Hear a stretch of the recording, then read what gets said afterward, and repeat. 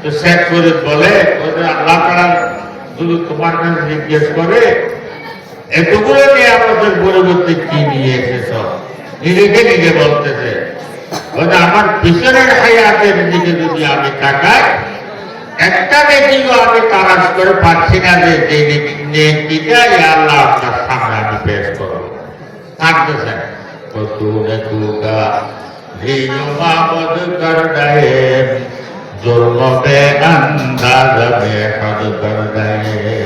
যদি আল্লাহ আপনার কাজের কাজ একটাও করতে পারে নাই, আপনার নারামের কাজ একটাও সারে এভাবে থাকতেছে দেখে যাদের জীবন ঘুরতেন কাজ শুনে নেয়,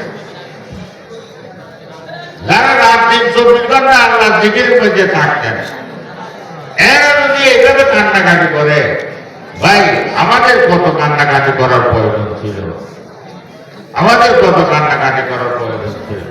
আমি বলতে চাইছিলাম যে আল্লাহর ভয় এটা এত দামি জিনিস যে আল্লাহর ভয় জাত দিনের মধ্যে যত বেশি হবে মানুষ থেকে আল্লাহ তাআলার দরবারে অত বেশি দামি হয়ে যায়।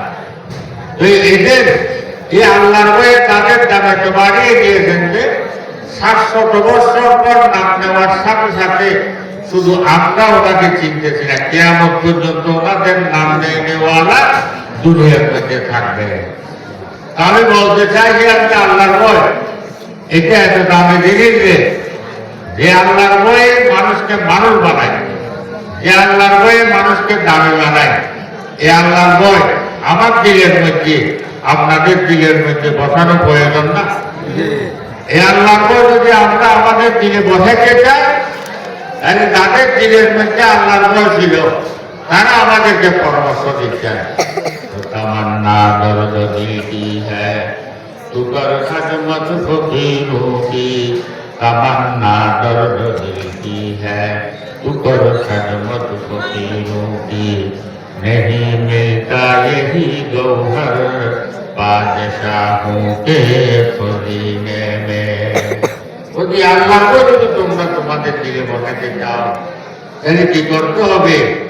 আল্লাহ ওয়ালাদের সোহবতে যেতে হবে, হাক্কানি রব্বানি উলামায়ে কেরামদের বরকত মধ্যে বসতে হবে, ওনাদের কথাবার্তা শুনতে হবে, ওনাদের কথা অনুযায়ী নিজের জীবনকে চালাইতে হবে। এভাবে চালাইতে চালাইতে একদিন আমার দিনের মধ্যে আপনার দিনের মধ্যে আল্লাহর বলতে যাবো। ভাই মানুষের শরীরের মধ্যে যেভাবে রোগ হয় কলমের মধ্যে ওইভাবে রোগ হয়। হাদিস শরীফের মধ্যে আছে বান্দা একটা গুনাহ করে কলমের মধ্যে একটা কালো দাগ হয়, বান্দা একটা গুনাহ করে কলমের মধ্যে একটা কালো দাগ হয়, বান্দা একটা গুনাহ করে কলমের মধ্যে একটা কালো দাগ হয়। এভাবে কালো দাগ হতে হতে পুরো কলমটা কালো হয়ে যায়। যখন পুরো কলমটা কালো হয়ে যায় এর কাছে ভালো জিনিস আর একটু ভালো লাগে।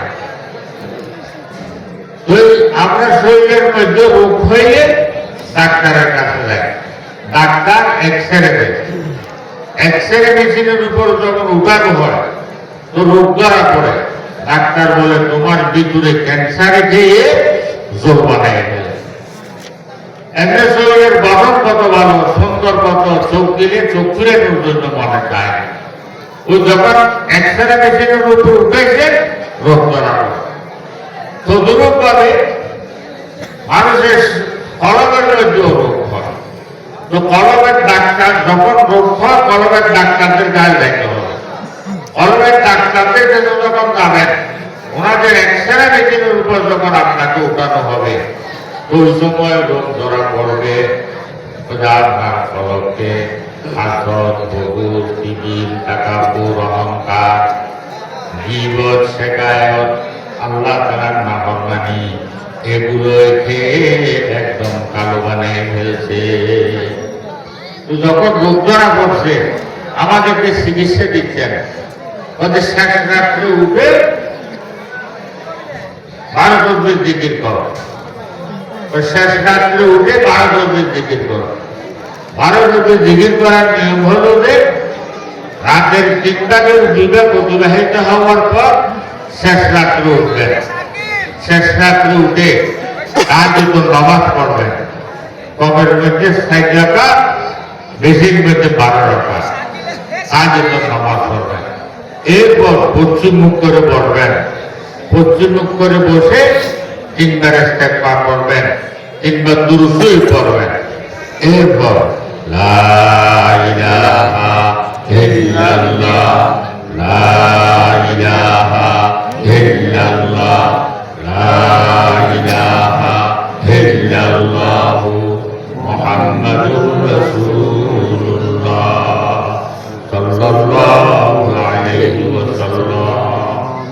লা ইলাহা ইল্লাল্লাহ, লা ইলাহা ইল্লাল্লাহ 200 বার করতে হবে। লা ইলাহা বলার সময় মনে মনে খেয়াল করতে হবে লা ইলাহা, লা ইলাহা বলার সময় মনে মনে খেয়াল করতে হবে ইয়া আল্লাহ, আমার কলব থেকে আপনি ব্যতীত যাহা কিছু আছে সবগুলো বের করে আমার পেটের পিছনে ফেলে দিলাম। ইল্লাল্লাহ, ইয়া আল্লাহ, আপনাকে আমার কলবের মধ্যে জায়গা দিলাম। এগুলো খেয়াল করে 200 বার করতে হবে। এরপর ইল্লাল্লাহ ইল্লাল্লাহ ইল্লাল্লাহ ইল্লাল্লাহ ইল্লাল্লাহ ইল্লাল্লাহ 100 বার করতে হবে। এরপর আল্লাহু আল্লাহ আল্লাহু আল্লাহ আল্লাহু আল্লাহ আল্লাহু আল্লাহ আল্লাহু আল্লাহ 600 বার। এরপর আল্লাহ আল্লাহ আল্লাহ আল্লাহ আল্লাহ আল্লাহ আল্লাহ 100 বার। তাহলে কত হইল? লা ইলাহা ইল্লাল্লাহ 200 বার, ইল্লাল্লাহ ইল্লাল্লাহ 100 বার, সাইডে দিয়ে 600 বার, আল্লাহু আল্লাহ 600 বার, 600 1200 বার, আল্লাহ আল্লাহ 100 বার। কত হইল?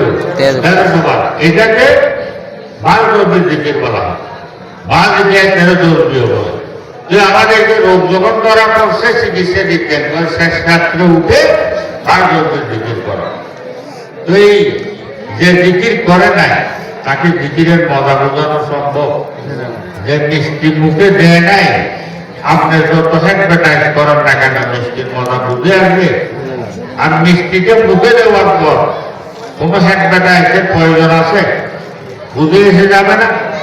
আজকে মিষ্টিটা খাওয়ার পর আপনি যদি তার কাছে জিজ্ঞেস করেন, ওই বাবা তুমি মিষ্টিটা তো খাইলে, মিষ্টির মজাটা কোন ধরনের একটু আমাকে বুঝে বলো, বুঝে বলতে পারবে? কি জন্য? কতগুলো জিনিস আছে ওগুলো খাওয়ার পর যে খায় সে মজাগুলো উপভোগ করতে পারে, এগুলো কাউকে বুঝাইতে পারে না। যে জিকির করে নাই আগে জিকিরের মজা বোঝানো সম্ভব না। যাদের কাছে বুঝে আসছে ওগুলো কাউকে বলার জিনিস নয়। তারপরেও আমাদের মুরব্বীরা আমাদেরকে এই ভারতের জিকিরের মজা বোঝানোর জন্য চেষ্টা করতেছে। হে দুনিয়ার মানুষেরা, তোমাদের কাছে যদি ভারতের জিকিরের মজা বুঝে না আসে, পরীক্ষামূলক ভাবে হলো 41 দিন না শুধু মতো ভারতের জিকির করে দেখো। 41 দিন না শুধু মতো ভারতের জিকির করলে লাভ কি হবে? সজর মে হজর মে তেরা রং ববু হ্যায়, सजर में हजर में तेरा रंग वो है, जिधर देखता हूँ उधर तू है, उधर तू है, इधर तू है, जिधर देखता हूँ उधर तू है।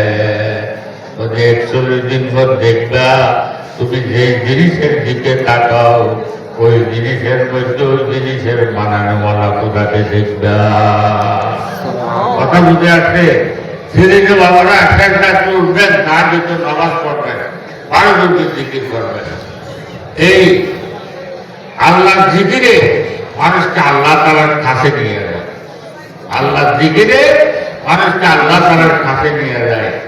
হাদিসের মধ্যে আছে